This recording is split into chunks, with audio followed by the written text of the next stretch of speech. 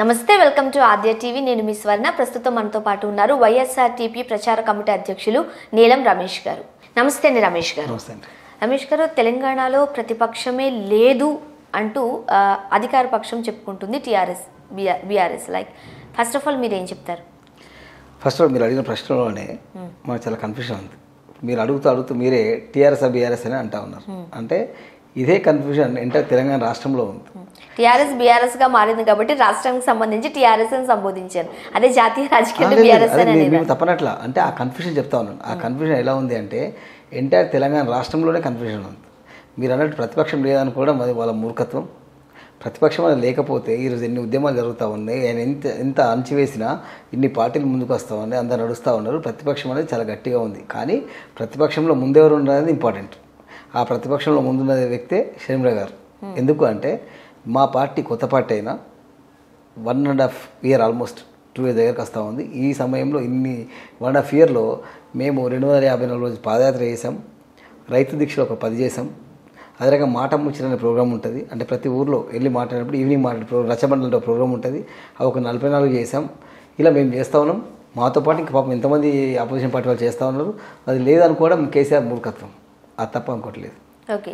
And ఓ పక్క జగనన్న వదిలిన బాణంలా షర్మిల గారు తెలంగాణలోకి వచ్చి రాజకీయ పార్టీ పెట్టి ముందుకు వెళుతున్నారు.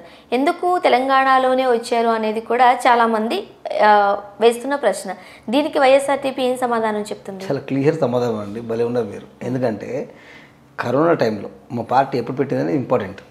మేము రాజకీయాలు చేయాలనుకుంటే ఎప్పుడో వచ్చేవాళ్ళం తెలంగాణలోకి. మేము కేవలం రాజకీయాల కోసం రాలా.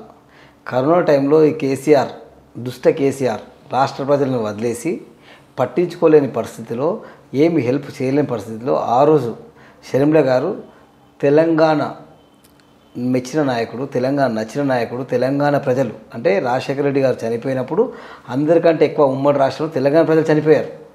ఆ బాధ దిగమింగుకొని వాళ్ళందరినీ మళ్ళీ తిరిగి నా ప్రజలు బాధపడుతున్నారన్న ఒక ఉద్దేశంతో ఆ రోజు నడుం బిగించి తెలంగాణ రాష్ట్రంలో వైఎస్ఆర్ తెలంగాణ పార్టీ అనేది ఫ్లోట్ చేశారు. అంటే కేవలం తెలంగాణ ప్రజల కోసమే తిరిగి రాజన్న తేవాలి, ఈ ప్రజలు బాధపడకూడదు అనే ఒక ఉద్దేశంతోనే వైఎస్ఆర్ తెలంగాణ పార్టీ పెట్టడం జరిగింది. మీరు అనుకున్నట్టు ఈ బాణం ఆ బాణం మాకేం బాణాలు అవసరం లేదు. ఎందుకంటే షర్మిల గారు ఒక పోరాట యోధురాలు. అంటే షీఈ్ అ కమిటెడ్ ఉమెన్. ఆమెకు తెలుసు ఎలా చేయాలి, ఏం చేయాలి అనేది. మేము ఎవరి బాణం కాదు, మేము ప్రజలు వదిలిన బాణం. ప్రత్యేక తెలంగాణ రాష్ట్రం కావాలి అనుకున్న టైంలో మొట్టమొదటిగా వ్యతిరేకించిన వ్యక్తి రాజశేఖర రెడ్డి గారు. అసెంబ్లీ సాక్షిగా చాలా మందికి తెలుసు. చాలా తప్పు. ఎందుకంటే మీరు ఒకసారి రికార్డ్స్ తీసుకోండి, చూడండి. తెలంగాణ ఆ రోజు ఉన్న ఉమ్మడి రాష్ట్రంలో తెలంగాణ కావాలి అని కమిటీని పంపిన వ్యక్తే రాజశేఖర రెడ్డి గారు. అంటే మొట్టమొదటి కమిటీ కాంగ్రెస్ పార్టీ అప్పుడు అధికారంలో ఉన్నప్పుడు ఒక 6 members ఈ విఆర్ మంత్రి వాళ్ళందరూ కలిపి రాజశేఖర రెడ్డి గారు తెలంగాణ ద్రోహి అని తెలంగాణ పార్టీకి సంబంధించిన వాళ్ళు ఎవరు అనలేదా? ఏంటండి, తెలంగాణ రాష్ట్రానికి రాజశేఖర రెడ్డి గారే మోకాలు అడ్డుతున్నారు అని చనిపోయినాక 100 మాట్లాడతారండి మూర్ఖులు. బతుకుడు మాట్లాడమని చెప్పండి. ఒక నాయకుని చూపెట్టండి. రాష్ట్రంలో ఎదురెళ్ళి మాట్లాడిన ఒక నాయకుని చెప్పండి. చనిపోయిన తర్వాత 100 మాట్లాడతారు. అది తప్పు.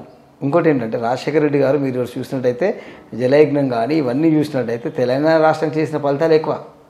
తన సొంత ఊరైన అటు వాళ్ళ పులిందులకో ఇంకోటి చేయాల తెలంగాణ రాష్ట్ర ప్రజల కోసం ఎక్కువ చేశాడు. మీరు అది చూసినట్టయితే ఉచిత కరెంట్ పెట్టినప్పుడు కారణం ఏంటి అంటే రాజశేఖర రెడ్డి గారు పాదయాత్ర చేసినప్పుడు తెలంగాణ రాష్ట్రంలో ఎక్కువ మంది రైతులు ఆత్మహత్య చేసుకున్నారు. ఎందుకు ఆత్మహత్య చేసుకున్నారు అంటే మన దగ్గర బోర్లు ఎక్కువ ఉంటాయి, తెలంగాణకు నదులు లేవు, బోర్లు ఎక్కువ ఉంటాయి. ఆ బోర్లు వేసుకున్నప్పుడు కరెంటు లేక ఇబ్బందులు పడుతున్న రైతులు చూసి ఉచిత కరెంట్ అనేది పెట్టాడు రాజశేఖర రెడ్డి గారు. అంటే చిత్తశుద్ధి ఉన్నట్ట లేనట్ట. దాని తర్వాత రాజశేఖర రెడ్డి గారు చనిపోయిన తర్వాత వీరాభిమానులందరూ, రాజశేఖర రెడ్డి గారు అభిమానులందరూ ఎక్కువ మటుకు తెలంగాణలో ఉన్నారు. కాబట్టి తెలంగాణలోనే ఎక్కువ మంది రాజశేఖర రెడ్డి గారు కూడా చనిపోయారు. రాజశేఖర రెడ్డి గారికి తెలంగాణ అంటే ఇష్టం లేదు, తెలంగాణ ప్రజల్ని చిన్నచూపు చూసారని కాదు. రైట్, మీరు అన్నట్లు ఆంధ్ర రాష్ట్రమైనా లేకపోతే దానికన్నా కూడా తెలంగాణ మీదే రాజశేఖర రెడ్డి గారు ఎక్కువ ఫోకస్ చేశారు అన్న దానికి అందరూ ఒప్పుకుంటారు. కానీ ప్రత్యేక రాష్ట్రంగా తెలంగాణని ఇవ్వాల్సిన అవసరం లేదు అనేది రాజశేఖర రెడ్డి గారి అభిప్రాయం అనేది అవసరం లేదు అని రాజశేఖర రెడ్డి ఎక్కడ అనలేరు. రాజశేఖర రెడ్డి గారే ఫస్ట్ కమిటీ వేసింది. రాజశేఖర రెడ్డి గారే 1964 తర్వాత ఈ టైంలో తెలంగాణ ఈ లాస్ట్ 20 సంవత్సరాల్లో తెలంగాణ కమిటీ ముట్టబడేసిన వ్యక్తి రాజశేఖర రెడ్డి గారు. రాజశేఖర రెడ్డి గారికి చాలా చిత్తశుద్ధి ఉంది. మా మేనిఫెస్టో కూడా పెట్టారు. అప్పుడు కాంగ్రెస్ మేనిఫెస్టో కూడా ఏం పెట్టారంటే మేము అధికారంలోకి వచ్చినాక తెలంగాణ వస్తుందని పెట్టారు. ఆ మాట మీద కట్టుబడి సోనియా గాంధీతో మాట్లాడి అప్పుడు ముందు పెట్టారు కాబట్టి సోనియా గాంధీ ఒప్పుకున్నది. ఆ రోజు రాజశేఖర రెడ్డి గారు ఒకవేళ ఎజెండాలో పెట్టుండకపోతే ఆ తెలంగాణ వచ్చేదే కాదు. అంటే ఈరోజు తెలంగాణ వచ్చిందంటే దానికి ముఖ్య కారణం రాజశేఖర రెడ్డి గారే. కేసీఆర్ ఫైట్ చేశారు, కానీ సెంట్రల్ గవర్నమెంట్ ఉన్నప్పుడు సోనియా గాంధీ గారిని ఒప్పించిన వ్యక్తి రాజశేఖర రెడ్డి గారు. ఓకే, జగనన్న వదిలిన బాణం ఏపీలో ఉండాలి కానీ తెలంగాణలో ఎందుకు అనేది కొంతమంది విమర్శకుల విమర్శ, మీరేమంటారు? ఓకే, పర్వాలేదు, వాళ్ళు ఏమని అనుకోవచ్చు. ఎందుకంటే జగనన్న వదిలిన బాణం అయితే షర్మిల గారు అక్కడ గవర్నమెంట్లో ఉండి పనిచేస్తుంది, ఆమెకి మంత్రి పదవి కావాలంటే వస్తుంది, ఇంకోటి కావాలంటే ఇంకోటి వస్తుంది. కానీ షర్మిల గారు చాలా క్లారిటీగా తెలంగాణ కోడలు, ఆమె ఇక్కడే పుట్టింది, ఇక్కడే పెరిగింది, ఇక్కడే చదువుకుంది, ఇక్కడే పిల్లలు ఉన్నారు, ఆమె భవిష్యత్తు ఇక్కడే, ఆమె ఫ్యూచర్ కూడా ఇక్కడ నిర్ణయించుకొని తెలంగాణ ప్రజల కోసం నేను సర్వీస్ చేయాలని చెప్పి వైఎస్ఆర్ తెలంగాణ పార్టీ అని పెట్టింది. ఓకే, సో రాబోయే ఎన్నికల్లో మీ పార్టీ ఒంటరిగా పోటీ చేసే అవకాశం ఉందా, లేకపోతే ఎవరితోనన్నా పొత్తుకు వెళ్ళే అవకాశం ఉందా? మా పార్టీ కంప్లీట్ 100% ఒంటరిగా పోటీ చేస్తుంది. ఓకే, తెలంగాణలో ప్రధాన ప్రతిపక్షంగా ఇప్పుడు ఎదుగుతున్నవి బీజేపీ, రైట్. ఆల్మోస్ట్ టీడీపీ చచ్చిపోయిందేమో అనుకున్న టైంలో రైట్ ఖమ్మం సభతో లేదు మేమున్నామంటూ టీడీపీ కూడా మేల్కొంది. సో వీళ్ళందరినీ తట్టుకుని మీరు ఎలా ముందుకు రాబోతున్నారు? At the same time Revanth Reddy గారు కూడా పాదయాత్రలు అంటూ ముందుకు వెళుతున్నారు. మీకు 2 విషయాలు చెప్తా. మీరు చెప్పిన ఫస్ట్ ప్రతిపక్షం మీరు అనుకునే ప్రతిపక్షం బీజేపీ అనుకునే చాలా తప్పు. ఎందుకంటే బీజేపీ అనేది ఒక మతతత్వ పార్టీ, అంటే కేవలం మతాల మధ్య చిచ్చు పెట్టి బ్రతికే పార్టీ బీజేపీ పార్టీ. సో ఆ బీజేపీ పార్టీకి క్యాడర్ ఓన్లీ సిటీలో వాట్సాప్లో సోషల్ మీడియాలో ఉంటే జరగదు.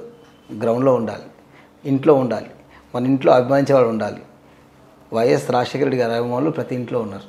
వైఎస్ఆర్ రాజశేఖర రెడ్డి గారు చేసిన సేవా కార్యక్రమంలో లబ్ధి పొందిన వాళ్ళు ప్రతి ఇంట్లో ఉన్నారు. అంటే మేము ప్రతిపక్షమా? హైదరాబాద్లో మేము సోషల్ మీడియా తిరిగే వాళ్ళు ప్రతిపక్షమా? మేమే ఎక్కువ. మేము ఆల్రెడీ ఈ 1.5 year కూడా ప్రజల కోసం ఫైట్ చేస్తూ ఉన్నాము, ప్రజల కోసం కార్యక్రమాలు చేస్తూ ఉన్నాము. మేము ఎవరేమనుకున్నా సరే మేము అధికారంలోకి వస్తాం ఏమంటున్నాం, మీరు ప్రతిపక్షం అంటూ ఉన్నారు. ఓకే, టీడీపీ విషయానికి వస్తే సరే, టీడీపీ అక్కడ ఏదో చంద్రబాబు నాయుడు బేరసారాల కోసమో దేనికోసమో ఏదో పెట్టుంటాడు, కమ్ముడు సభ పెట్టుంటాడు. మేమేం కోరుకుంటా ఉన్నాము, ఇక్కడ టీడీపీ లేదు అని మేము అనము, టీడీపీ ఉండకూడదు అని మేము అనము. వి ఇన్వైట్ ఎవ్రీవన్. ఎంత ఎక్కువ మంది ప్రతిపక్షం ఉంటే అందులో టైగర్ బయటకు వస్తారు. ఆ లీడరే మా షర్మిల గారు. అందరికంటే ధీటుగా పోరాడి ముందుకు వస్తారు. నెక్స్ట్ కాంగ్రెస్ రేవంత్ రెడ్డి గారి కోసం చెప్పండి. రేవంత్ రెడ్డి గారు యాక్చువల్లీ మీరు అర్థం చేసుకోండి. ఇప్పుడు ఫర్ ఎగ్జాంపుల్ ఒక ట్రక్ ఉందనుకోండి, ఆ ట్రక్ డ్రైవర్ ఏమో టీడీపీ సైకాలజీ ఉన్న పర్సన్, ట్రక్ ఏమో కాంగ్రెస్. ఎటుపోతుంది బండి? ఎటుపోతుంది? ఇటు పోవాలో తెలియదు, అటు పోలేదు. అందుకే వాళ్ళు విడిపోయారు. అంటే ఉన్న దాంట్లో కూడా పార్టీలో కూడా విభేదాలు ఎందుకున్నాయండి? బండి ఏమో కాంగ్రెస్, నడిపేదేమో టీడీపీ డ్రైవర్. ఎవరి ఇన్స్ట్రక్షన్ ఫాలో అవుతారు? అంటే ఒక చంద్రబాబు నాయుడుకు రైట్ హ్యాండ్ ఉన్న వ్యక్తి, ఎన్నో దొంగ పనులు చేసిన రేవంత్ రెడ్డి ఈరోజు కాంగ్రెస్ లీడ్ చేస్తా అంటే ఎవరు యాక్సెప్ట్ చేస్తారంట? ముఖ్యంగా రాజకీయాలలో రాజకీయ చతురత చాలా అవసరం. మహా దిగ్గజాలే రాజకీయాల్లో అటు ఇటు ఒక్కొక్కసారి బ్యాలెన్స్ తప్పుతూ ఉంటారు. అలాంటిది షర్మిల గారు ఒంటరి పోరుకి సిద్ధమవుతున్నారు. అండ్ మహిళ కూడా ఎలా నెగ్గుకు రాగలరు అంటారు? ఆమెకున్న సపోర్ట్ ఏంటి? మహిళ కూడా అని మీరు అంటున్నారు చూసావా, మహిళకి శక్తి లేదని అనుకోకూడదు. తెలంగాణ రాష్ట్రంలో మీరు చూసినట్టయితే మహిళలకు ఎక్కువ శక్తి ఉంటుంది. తెలంగాణ రాష్ట్రం మీరు చూసినట్టయితే, మీరు మొత్తం మహిళలను చూసినట్టయితే ఒక రాణి రుద్రమల్లి లాంటి ఎంతోమంది ఉన్నారు. అలాంటి వీరవంతులలో షర్మిల గారు ఒకరు కాబోతూ ఉన్నారు. తొలి మహిళా ముఖ్యమంత్రి అయ్యే వ్యక్తి షర్మిల గారు. సో అదే రకంగా రాజకీయం అంటే షర్మిల కొత్తనా అండి? వాళ్ళ డాడీని చూసింది, వాళ్ళ తాతని చూసింది, వాళ్ళ బ్రదర్ అక్కడ సీఎం. ఆమెకు తెలియదు ఏముంటుంది politics. She's not innocent, she's a pure politician. And we are not a charitable trust. మేము చారిటబుల్ ట్రస్ట్ పెట్టడానికి రాలే. We are here for politics. Politics చేస్తూ ఉన్నాం, ఫైట్ చేస్తూ ఉన్నాం. మేము ఎంచుకున్న పందా మీరు ఆలోచించండి. మేము ప్రజలు ఉండాలనే పందా ఎంచుకున్నాం. మేము ఖాళీ వాళ్ళ ఆఫీస్లో కూర్చోనో లేకపోతే సీఎం క్యాంపస్ కూర్చొని రాజకీయాలు చేయట్లా. ఆన్ ఫీల్డ్ ఈరోజు మీరు చూసినట్టయితే ఈ లాస్ట్ 2 yearsలో అందరికంటే ఎక్కువ ఫీల్డ్లో ఉన్న వ్యక్తి ఎవరు అంటే షర్మిల గారు. So she is very smart enough to handle politics. Thank you so much. Thank you.